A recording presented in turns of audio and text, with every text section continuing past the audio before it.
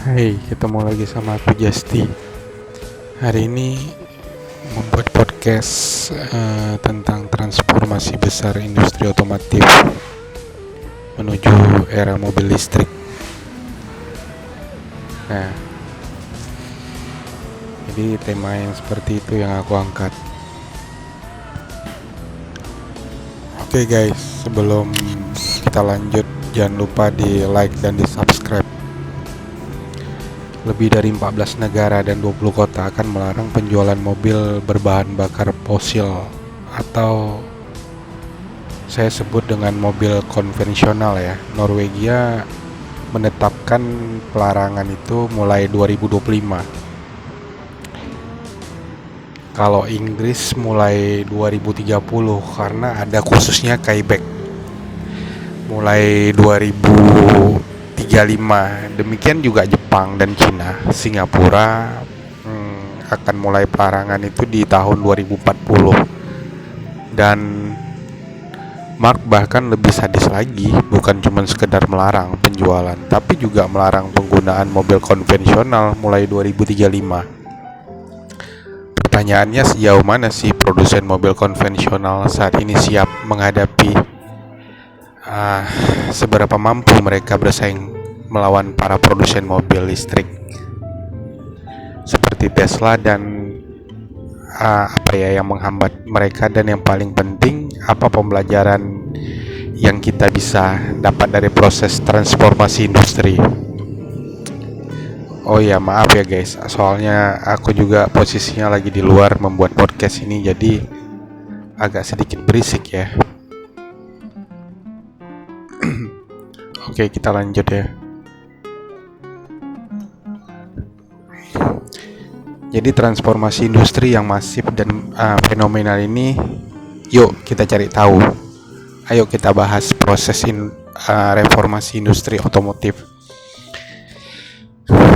melalui perspektif produsen mobil listrik dan juga produsen mobil konvensional.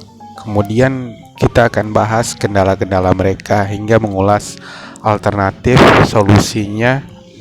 Nah, sebelum kita mulai, bagi teman-teman nih yang belum subscribe, silakan tekan dulu tombol subscribe dan nyalakan notifikasinya.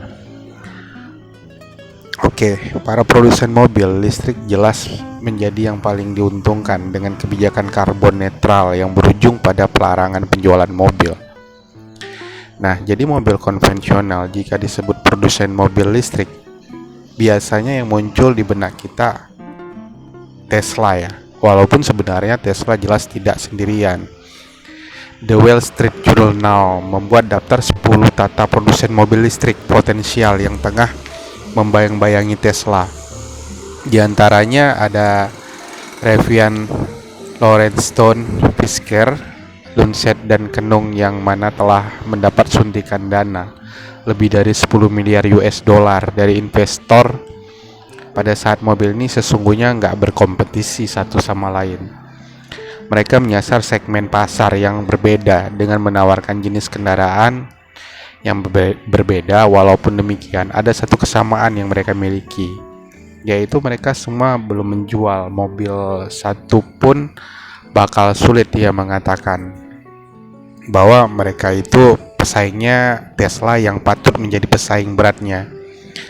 Nah, Suara adalah produsen mobil listrik asal Cina dengan dukungan penuh pemerintah. Sepertinya setiap hari ada aja perusahaan mobil listrik yang lahir di Cina, dan diantaranya sekian banyak perusahaan itu yang saat ini tengah dapat sorotan dari pengamat maupun investor otomotif dunia adalah NIO. Nah, kisah nilai ini mirip dengan Tesla. Setelah bertahun-tahun penuh masalah dan bahkan hampir bangkrut, NIO kini menjadi perusahaan otomotif paling bernilai, nomor 4 di dunia. Ini unggul bukan hanya dari teknologi mesinnya saja, melainkan juga dari aspek software. Karena sama seperti Elon Stellar, NIO William Li memiliki latar belakang pengembang software.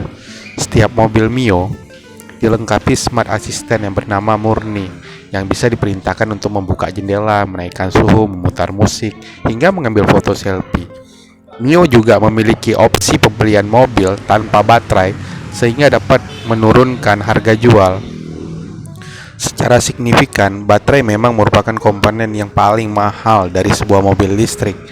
Pembeli kemudian bisa menyewa baterai yang bisa ditukar sewaktu-waktu jika sudah habis dayanya di stasiun penukaran baterai yang terbesar berbagai tempat di Cina. Di sana perkembangan industri mobil listrik di Cina ini tidak lepas dari dukungan total pemerintahnya. Cina memiliki komitmen untuk menjadi karbon netral di tahun 2010 dan menjadi pemimpin dunia dalam hal teknologi mobil listrik. Untuk itu, pemerintah Cina memberikan subsidi yang besar pada masyarakat yang ingin membeli mobil listrik, mengeluarkan regulasi yang memudahkan para startup mobil listrik di Cina hingga membantu pendanaan mereka. Tentu saja, produsen mobil tradisional yang sudah puluhan tahun berdiri menjadi pengusaha pasar nggak mau dong tinggalan. Mereka pun kan turut berlomba-lomba membangun mobil listrik mereka. Ada BMW dan ML-nya, ada Vlogger dengan seri ID-nya, kemudian ada Nissan Leaf, Hyundai, Kona, Toyota, Rush, 4FB, Yoniro, Mitsubishi Mi, Renault Zoid, dan juga Volvo Star. Sebagian besar dari mobil-mobil tersebut sudah bisa dibeli pelanggan dan beberapa di antaranya kita sudah lihat meluncur di jalan-jalan. Namun tentu saja yang beda antara membuat mobil listrik untuk berbanding dan pembuktian bahwa saya juga bisa loh buat mobil listrik, karena dengan secara serius memproduksi memasarkan ratusan ribu mobil listrik setiap tahunnya, seperti yang dilakukan oleh Tesla dan Neo Lucy. Chris Dawson senior di MI TNH 4 memiliki 2 mobil listrik atau buatan audit dan satu lagi buatan Tesla. Dia menyebutkan bahwa keduanya memiliki perbedaan yang sangat mencolok menurutnya. Produsen mobil konvensional memproduksi mobil listrik, bahkan sekelas Audi itu ibarat cuma memasang motor listrik ke dalam mobil konvensionalnya.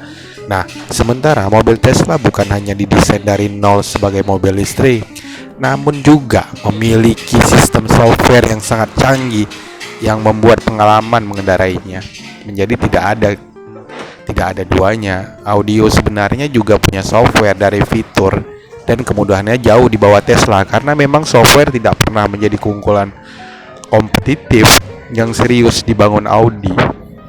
Bagaimana sih sesungguhnya para produsen mobil konvensional saat ini memandang mobil listrik? Ada dua popularitas yang sangat kentara di sini. Ada Toyota yang berujung untuk memperlambat transisi industri otomotif ke mobil listrik, dan ada Volkswagen yang menyambut transisi ke mobil listrik dengan sukacita, dan juga tentu saja ada yang NC Kuyuyun CEO. Dan Toyota secara terbuka dan agresif menyerang Tesla serta mengatakan bahwa mobil listrik lebih merusak lingkungan daripada mobil konvensional, dan katanya Jepang akan kehabisan listrik jika semua produknya menggunakan mobil listrik. Toyota juga aktif melobi pemerintah, termasuk pemerintah Amerika Serikat, untuk menunda kebijakan transisi menuju mobil listrik. Berbeda dengan ICU, Toyota CEO Volkswagen Herbert Diess sangat antusias membawa perusahaan yang bertransformasi menjadi produsen mobil listrik. Beliau bahkan beberapa kesempatan memuji prestasi Iron Mars dan mempopulerkan mobil listrik pada masyarakat dunia. Di akhir 2019, grup Vulgar yang termasuk di dalamnya pada Saudi dan Porpos mengumumkan pemeliharaan yang berharap untuk menghentikan semua produksi mobil konvensional secara total pada tahun 2026 dan mulai membuat mobil listrik secara eksklusif, paspor, dan berinvestasi 28,1 miliar euro untuk memproduksi 78 model kendaraan listrik. Baru beberapa pabrik paspor dan kini sudah beralih untuk secara eksklusif memproduksi mobil. Antusias Herbert ini ternyata disambut positif oleh pasar perusahaan asal Jerman. Ini sudah mengalahkan Tesla dalam penjualan mobil listrik di Eropa. Ada apa sih dengan produsen mobil konvensional Anda? Mungkin berpikir apa susahnya ya, perusahaan-perusahaan besar itu kan beralih memproduksi mobil listrik. Ya kalau sekedar membuat 12 mobil listrik sekelas nggak susah ya. Tapi kalau mereka ingin bertransformasi bisnis mobil konvensional menjadi bisnis mobil listrik, itu baru nggak mudah. Bukan karena mereka nggak mampu sebenarnya, melainkan karena menurut bakal inovasi dari Harvard Christensen itu sebuah perusahaan tidak bisa mendistrupsi dirinya sendiri dalam konteks produsen mobil konvensional. Kan ada 4 alasan kenapa mereka kesulitan mendistrupsi dirinya sendiri. Pertama, setiap perusahaan kan punya sumber daya yang terbatas. Mau dialokasikan kemana? Ke produksi mobil konvensional yang sudah pasti untung dan akan dibeli orang, atau ke mobil listrik. Mereka sendiri kan nggak familiar dan belum tentu ada yang mau beli. Pihak jelaskan mobil konvensional kedua itu target kerja sesampainya lengket saja, dan inisiatif karyawan pada saat ini didesain untuk memaksimalkan fokus dan energi karyawan ke produksi dan penjualan mobil konvensional. Jadi kenapa harus memikirin dan buang tenaga untuk mobil listrik? Nah, yang ketiga, mindset proses kerja dan teknologi yang diperlukan untuk sukses di bisnis mobil listrik tidak dengan di bisnis mobil konvensional. Walau kita belum siap digrasi, ini Nah, yang keempat, sebagai perusahaan besar penguasa pasar, mereka berusaha membuat para seloda senangkan jangan sampai profit atau harga sahamnya turun. Nah, kalau maksa pindah ke mobil listrik, sekarang kita bisa jadi nomor 1 lagi dong. Udahlah, ini aja yang udah pasti bikin happy. Maka dari itu menurut saya regulasi pemerintah untuk melarang penjualan mobil konvensional itu bagus sebenarnya untuk mereka, karena kalau tidak dipaksa mereka akan terus terjebak pada produksi dan penjualan mobil konvensional. Akibatnya bukan hanya bumi kita ini akan semakin rusak, namun juga mereka nanti akan dijejaring ketika minat pelanggan sudah bergeser ke mobil listrik dan gak ada lagi yang mau beli mobil konvensional. Mereka sementara saat itu pasar sudah dikuasai oleh pemain mobil listrik yang sudah mulai terlebih dulu. Nah, jadi daripada deskripsi oleh pesaing, lebih baik sekarang dipaksa oleh pemerintah untuk transformasi. Jadi apa dong yang harus dilakukan untuk sukses bertransformasi menjadi produsen mobil listrik? Ada 2 jalan yang bisa diambil. Pertama adalah sesuai saran dari Collection. Buatlah perusahaan baru yang fokus bermain di mobil listrik menuju banyak berbeda dan perusahaan induk. Alokasikan sumber daya yang dulu terpisah dari perusahaan induk. Bangun sistem secara khusus mendorong keberhasilan bisnis mobil listrik. Kemudian berikan kebebasan padanya untuk mengatur strateginya sendiri. Tujuannya adalah ketika nanti bisnis mobil konvensional yang sudah mulai menurun, maka perusahaan mobil listrik inilah yang kemudian akan tongkat estafet keberlangsungan usaha. Sementara jalan yang kedua yang relatif lebih berani sekaligus beresiko, yaitu lakukan Vape Ad OK Fox secara masif, putar haluan tutup bisnis model konvensional secara bertahap. Di saat sama bangun bisnis mobil listrik yang baru inilah yang dilakukan oleh Volkswagen, General Motors, perusahaan otomotif legendaris dari Amerika Serikat. Mengikuti langkah Volkswagen, YouTube di awal tahun ini bareng CEO General Motors mengungkapkan pivot perusahaan untuk menjadi produsen mobil listrik secara penuh di tahun 2035. Gimana mereka tidak akan lagi memproduksi dan menjual mobil konvensional General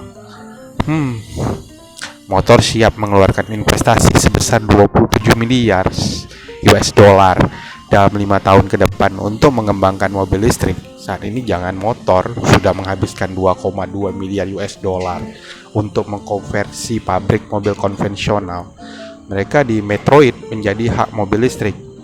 Perusahaan transformasi menjadi produsen mobil listrik tentu saja sangat kompleks. Kini bukan hanya masalah mengkonversi pabrik dengan produknya ke mobil listrik. Ya, mainkan juga melakukan perubahan besar-besaran di supply chain, proses produksi teknologi, hingga upgrade kapasitas pekerja. Ekosistem industri mobil listrik juga masih dalam proses pembentukan. Saat ini ada lebih dari 15.000 tetap yang mendukung ekosistem ini, dari aspek electrification, internet vehicle, smart sensor, software, reality action, the legend big data, hingga autonomous driving. Nah, bagaimana produsen mobil mengakses dan mengintegrasikan sub-air teknologi yang berserakan? Ini aja sudah jadi tantangan tersendiri. Nah, menurut Anda, seberapa siap sih para produsen mobil konvensional saat ini untuk bisa bertransformasi menjadi produsen mobil listrik? Dalam waktu dekat, siapa yang menurut Anda lebih berpeluang untuk memenangkan pasar mobil listrik di masa depan? Apakah para pemain industri otomotif lama atau para staf baru? Nah, tulis jawabannya di kolom komentar di bawah ya. Kita diskusi. Jika Anda menemukan video ini yang bermanfaat, silakan di-subscribe dan di-like. Terima kasih telah mendengarkan podcast aku.